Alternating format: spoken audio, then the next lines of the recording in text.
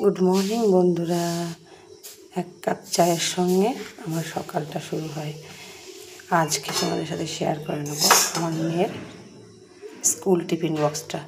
আমার মেয়ে খাওয়ার প্রচণ্ড বায়না করে গাইস, খেতেই চায় না। তো আমি একটা সিম্পল একটু রাইস দিয়ে করে দিয়েছি।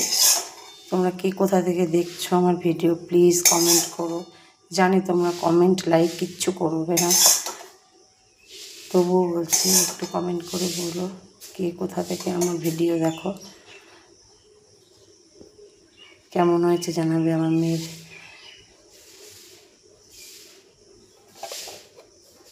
স্কুল টিফিন বক্সটা।